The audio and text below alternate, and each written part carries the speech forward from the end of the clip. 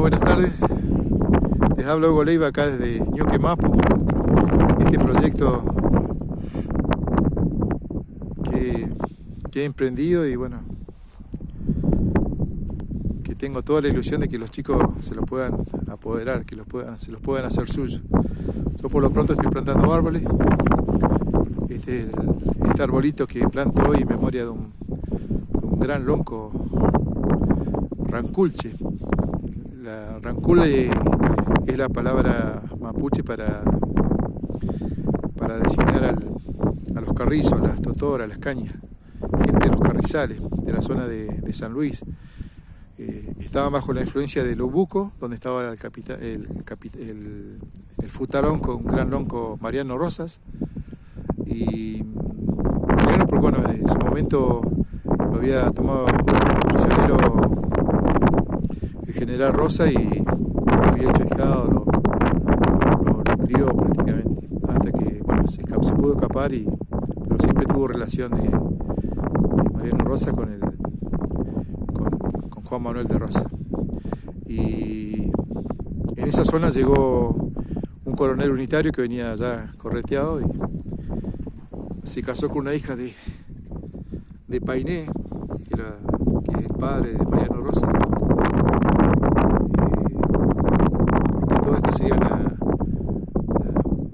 dinastía de los zorros, de los Ward, los Ñires de acá. Y se casa con una hija de Painé y ya se queda sentado en la toldería.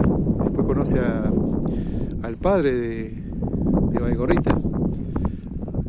No lo tengo muy bien chequeado, pero bueno, en algunos lados dicen que Baigorrita, el nombre de él mapuche, era Marico. Mari es, aparte usado en salud, es 10, la palabra 10. Y Co es agua, aguada, como si fuera 10 aguadas. Algo así sería una traducción. Y nace Baigorrita, bueno, y queda apadrinado por este hombre, por el coronel Manuel Baigorria. Entonces la costumbre era que tomara el nombre del padrino, que también era Manuel Baigorria. El tema, bueno, que fallece pronto el padre de Baigorrita y ya lo cría directamente este coronel, que ayudó mucho a los paisanos de esa zona, los ordenó así militarmente, les enseñó las tácticas, así que eran muy buenos guerreros. Y bueno, con la instrucción mucho mejor. Baigorrita crece en ese ambiente, era una persona muy activa, era muy querido porque era hijo de una cristiana que estaba ahí en los toldos de una cautiva de ahí. Su mamá era blanca, una señora cristiana ahí de la zona de San Luis. Así que tenía todas esas características, era realmente un criollo. Y bueno, muy activo, muchas proezas, era muy hábil, y bueno, era muy querido. Cuando muere su papá, él era un chico, bueno, queda a cargo del lonco, queda su hermano, pero después a los 25 años él ya pasa a ser lonco porque era ya les digo, era una persona muy decidida, muy arrojada, y que nunca titubeaba y siempre decía lo que pensaba, expresaba sus temores, especialmente cuando hacía los tratados, como en 1870 pasó por ahí, por esa zona. Mariano Rosa autoriza al coronel Mansilla, a Lucio B. Mansilla, que él después fue llevando, llevó como un diario de cuando estuvo en esa zona, y después creó el libro Una excursión a los indios ranqueles, porque ellos no hacían ranculche, sino que los castellanos serían ranqueles, pero bueno, para mí era ranculche.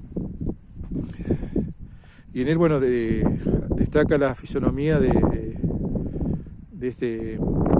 Baigorrita, y bueno, también habla de cómo era tan decidido que era, y lo arrojado, lo directo, le cayó muy bien, le gustaba muy bien. Incluso se hicieron compadres con Baigorrita y Lucio Mansilla, porque porque Baigorrita le decía que si iban a firmar un tratado de paz tenían que ser hermanos, si iba a haber paz entre ellos deberían ser hermanos. Entonces él lo invitaba a que fueran realmente hermanos y a que hubiera paz entre ellos. Firmaron el Tratado de Paz en 1870, donde bueno, se comprometían a no hacer malón y ese tipo de fechorías que se hacían en esa época. Bueno, como todas las veces el gobierno de ese entonces no cumplió con su palabra. Siempre lo acusaba, que decía don gobierno, señor gobierno, no cumple su palabra, que era muy... si eran hermanos, ¿por qué los trataban así? Y esto se va apurando. Incluso en 1878 hacen un segundo tratado, ya a cargo del general Roca, Julio Roca, pero ya se estaba preparando todo lo que es la campaña, la llamada campaña o conquista del desierto, que realmente de desierto había gente ahí. Y fue una campaña donde los militares se ganaron todos los galones, pero realmente no había tanto peligro. O sea, es como que fabricaron una especie de peligro, vieron la oportunidad, porque previamente en esos tratados siempre hubo una epidemia de viruela que diezmó muchísimo a las poblaciones indígenas, y todo avalado por estos capitanes, coroneles que habían en ese momento, Uiburo entre ellos, Winter, habían muchos coroneles de ese momento que realmente eran totalmente clasistas, no les gustaba los indios, los detestaban, igual que Sarmiento. Justo me acordaba que hoy es 10, mañana es el Día del Maestro, y bueno, se conmemora la muerte de Domingo Faustino Sarmiento, y realmente, no sé, yo por ahí pienso lo que cantábamos cuando éramos chicos, el himno Sarmiento, ese gloria, ese que nos iluminaba en las tinieblas. Realmente fue una persona elitista, clasista totalmente. Odiaban a los originarios, no los querían. Nunca intentaron siquiera integrarlo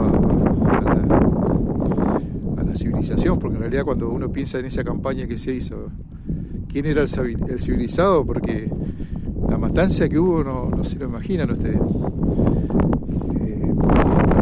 Bueno, eso se empezó en 1878, empezaron con los preparativos para el asalto final, digamos, y armaron un ejército de 6.000 hombres, armados con Remington. Ya el Remington ya no era el Remington de antes, que era un tiro y que emitía polvadera y que lo detectaban de dónde disparaban. Ya tenían otro tipo de evolución, tiraban hasta entre 3 y 6 tiros a distancia, o sea que sin el indicativo de la pólvora, o sea que frente a eso nuestros paisanos, nuestros peñis, tenían las lanzas nomás. Así que imagínense lo desigual de la pelea. Y según lo que decían ellos, habían 2.000 indios de lanza contra 6.000, o sea que superaban 3-1. O sea, fíjense lo desigual de la contienda, ¿no? Y estaría bien si hubiera sido para pacificar, para integrar, pero realmente fue a diezmar y a apoderarse de su tierra, sacarlo de esa tierra. Ellos querían las tierras porque vieron la beta, todo financiado por los ingleses. Sarmiento era un pro británico, Rosas igual, Roca igual, todo fue urdido por el Imperio Británico. Y fíjense, si no me creen, fíjense en qué tiene las estancias hoy. La Patagonia está vacía, teóricamente era para poblarla que venían para acá, y sin embargo está vacía, y unos grandes latifundios, Benetton, Lewis, Turner, bueno, no sé, hay muchos más todavía. O sea, usaron todos sus testaferros que tienen acá, la gente de la rural, ya estaba la rural, ya estaba Martínez II, que fue uno de los que se benefició muchísimo con el reparto de las tierras.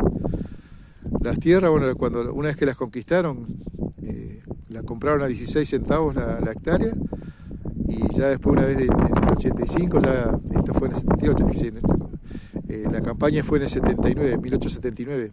Duró 3 meses, empezaron en mayo y ya acá estamos en julio, ya estaba finiquitado. Lo puse el 16 de julio que figura como cuando falleció este lonco Baigorrita, que ya vino desplazado porque la campaña del desierto armaron 5 divisiones. La primera venía por Roca, que Roca se desplazó hasta el Río Negro, hacia donde desemboca el mar, y de ahí subió, remontando el Río Negro.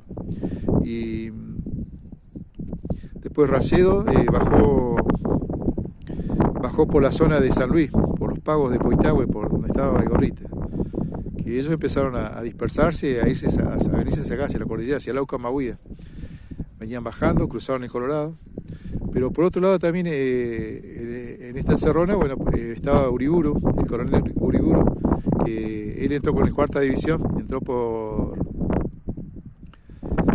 Chosmalal. La idea era, el tema de la conquista era llegar hasta los márgenes, digamos, el margen izquierdo de los ríos Neuquén y Río Negro. Pero claro, cuando este Uriburu vio que el paseo que se estaba pegando y la forma que podía aniquilar a los indígenas, directamente no desobedeció órdenes, porque ya estaban órdenes explícitas de llegar hasta donde ellos habían hablado.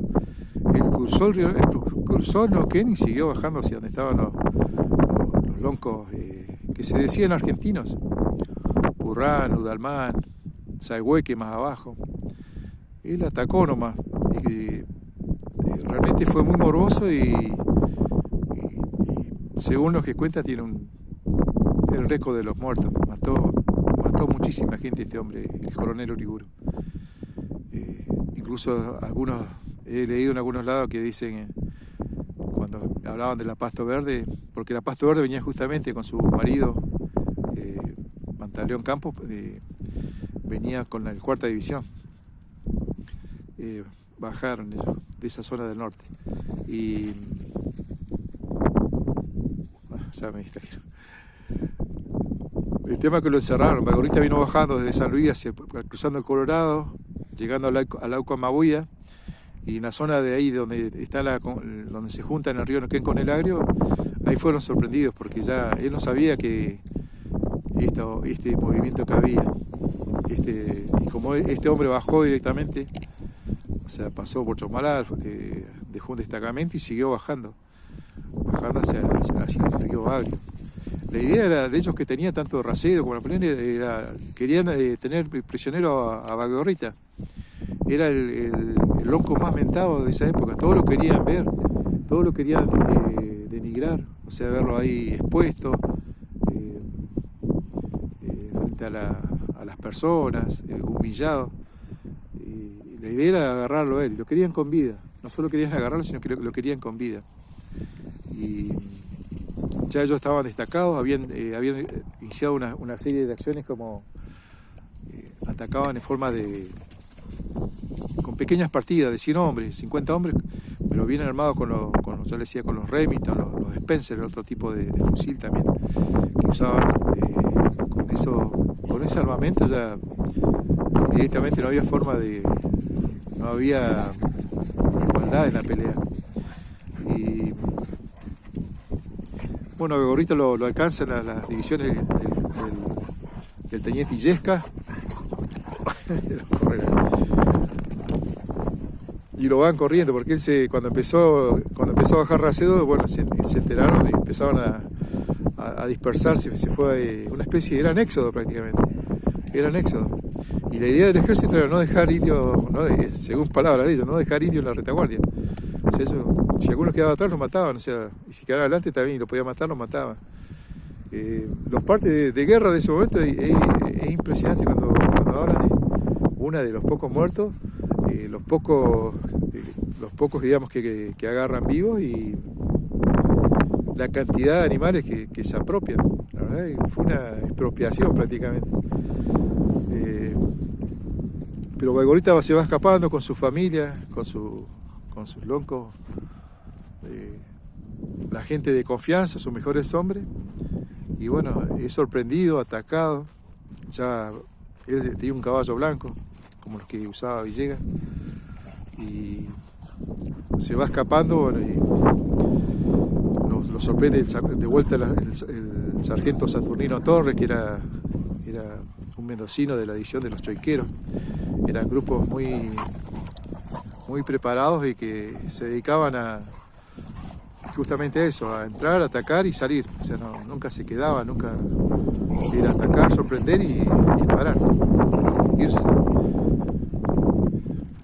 El asunto es que lo vuelven a sorprender y ya se escapa, ya va malherido, ya va con un balazo.